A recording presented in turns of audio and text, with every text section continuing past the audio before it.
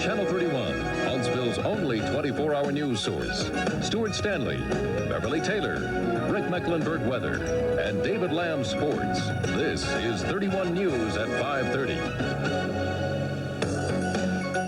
Oh, look up down in the door of a building I got down. I had 3, they all gone. Things were hitting the window.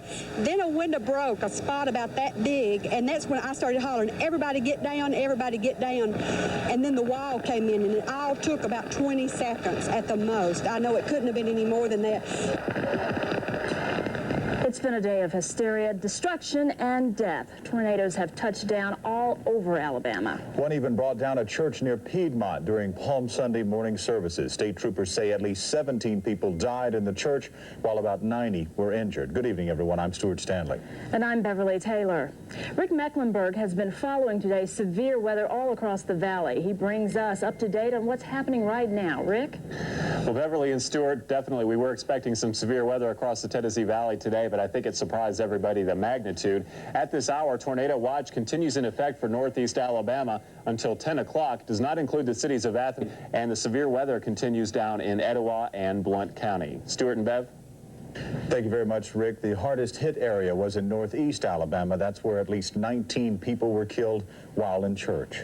Worshippers were in a Palm Sunday service when a tornado touched down in Cherokee County near Center. The Goshen Valley Methodist Church was destroyed. There were multiple injuries. I believe we have Jerry Baker at this time. He's not there at this time. We'll move right on along. Just recapping, at least 17 people are dead after a tornado tore off the roof, as I said, on Goshen Valley Methodist Church. Cranes are helping rescuers sift through the debris. At least 90 people are reported injured, some severely. And we'll come back and we'll have a live report to get an update on that. Now, the pastor of Goshen Valley Methodist Church remains in stable condition tonight. Kelly Clem was injured this morning. Clem and her husband worked in Huntsville as associates at Trinity United Methodist Church back in 1985. Pastor Willis Vickery of Trinity says the tragedy of tornadoes brings the church body together. There's strength in the church. There's strength from God in the midst of this kind of situation. The Holy Spirit's presence.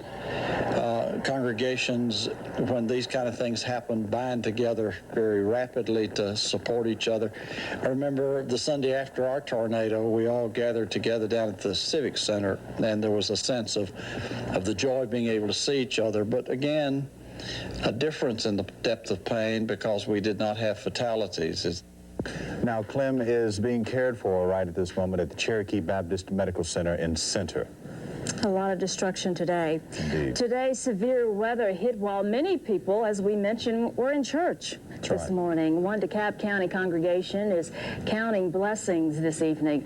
At 11:30 this morning, a tornado ripped through the Antioch community. Most of the residents were worshiping at Antioch Baptist Church on County Road 56 when the storm hit.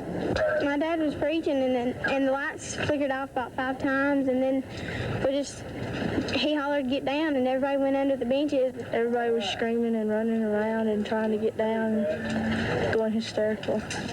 Church members say they are lucky no one was hurt. However, several cars were heavily damaged in the parking lot. Several farms and homes were also damaged in the Antioch community. This is the Owens home on County Road 47. Their house was heavily damaged. A car overturned and farm equipment was damaged too. Several chicken houses were completely destroyed. Many homes received heavy damage in the area. A shelter has been set up at the Fythe High School gym for displaced families. Now, the American Red Cross springs into action in times of disaster, as we all know. At this hour, volunteers from the Madison County chapter are loading supplies and gathering necessary items to distribute to needy residents in DeKalb and Cherokee County. Kay Kaufman is coordinating all of these efforts. She joins us now from our newsroom.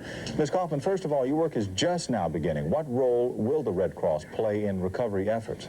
Well, right now, what we're looking forward to doing is being able to assist people in their basic necessities of mass care, which is feeding and sheltering, as well as look at what their long-term needs are going to be.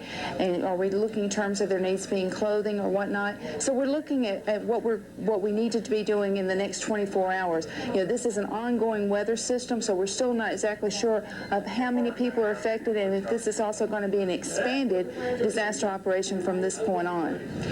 Now, darkness has hit. What will your employees and volunteers do in disaster areas tonight? Okay, well, as you know that we have shelters open throughout the Tennessee Valley, and they will be assisting people in those shelters in terms of feeding, making sure there's a warm, safe place for them to be tonight. And then beginning tomorrow, we'll look at what the future needs are going to be and how much damage have really been done to the homes. Are they going to be able to live in them? What kind of long-term process are we looking forward to and to assisting with everyone that's been affected by this particular disaster? Now, you just talked just briefly about the shelters. Where exactly are they, and what should people do who want to know about their relatives? All right. The shelters are at the Guntersville High School, the Broadway Church in Rainsville, Alabama, the First Baptist Church in Center, and the Cherokee County High School, as well as the shelter you just mentioned in 5. And if people have concerns about their family members, they need to contact their local chapter of the American Red Cross.